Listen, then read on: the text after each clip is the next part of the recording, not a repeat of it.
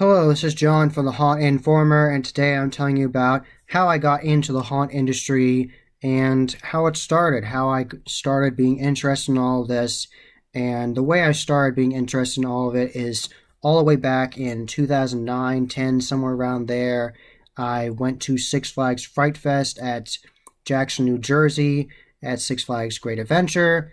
And I didn't go through any of the haunted houses because I watched the parade where the characters go past you with the shovels and everything. And just that scared me so bad. I was freaking out. And I was there with my mom, and she was like, okay, you obviously you're too scared. We're not going to go through any of the haunted houses or anything. And I ended up getting ice cream. So that's what you do when a kid's upset after getting scared by scare actors. You get some ice cream.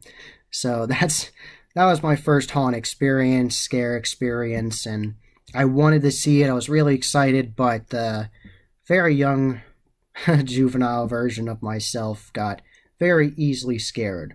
So that happened. And then in the future, I ended up seeing videos on YouTube of people getting scared by chainsaw guys at Field of Screams.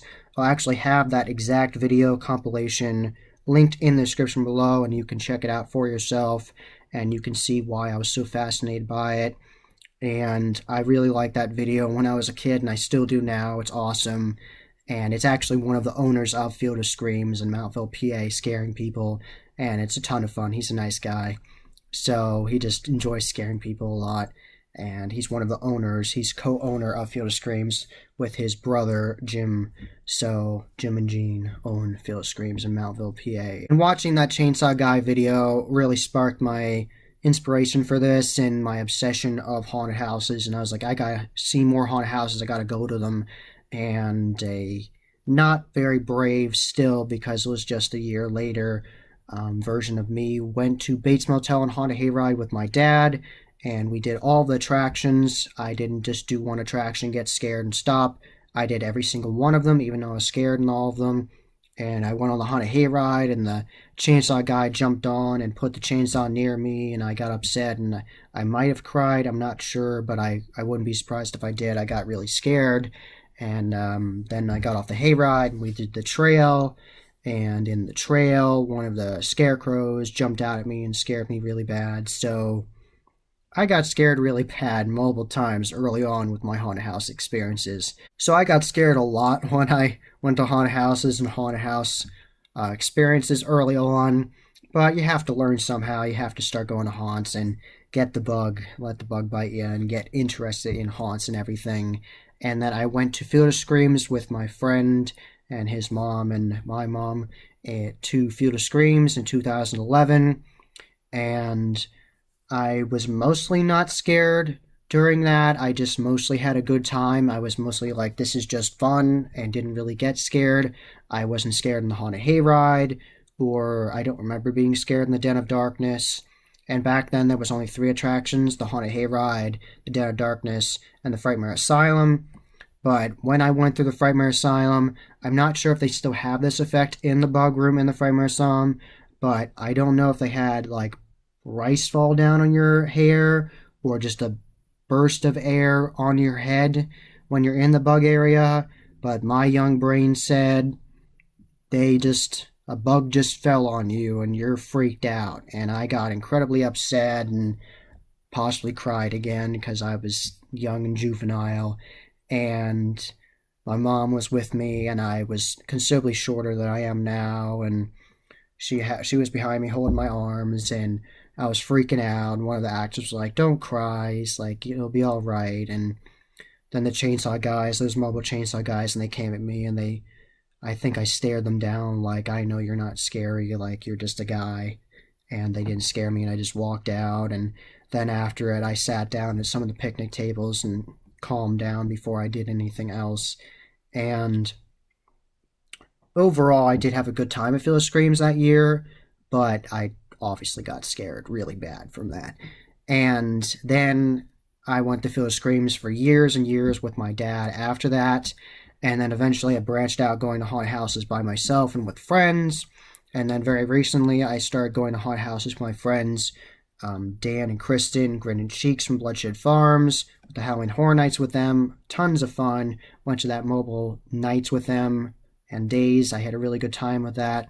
And I started going to haunted houses with my friend Glenn from the Fall Ritual YouTube channel. I'll have that linked in the corner, and you can check out his YouTube channel, and I'll have it linked in the description below. And he's a very nice guy.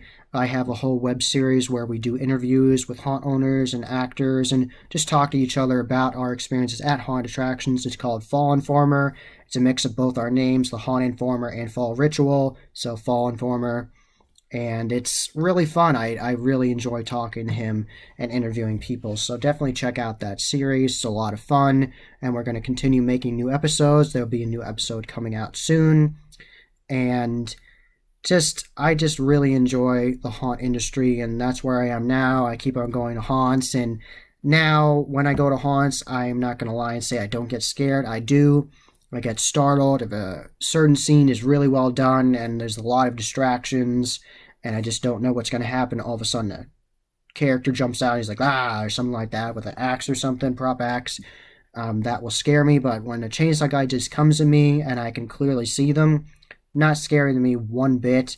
It's very hard for a scare to scare me when I actually see them already. It's much easier to startle me than scare me once I see you.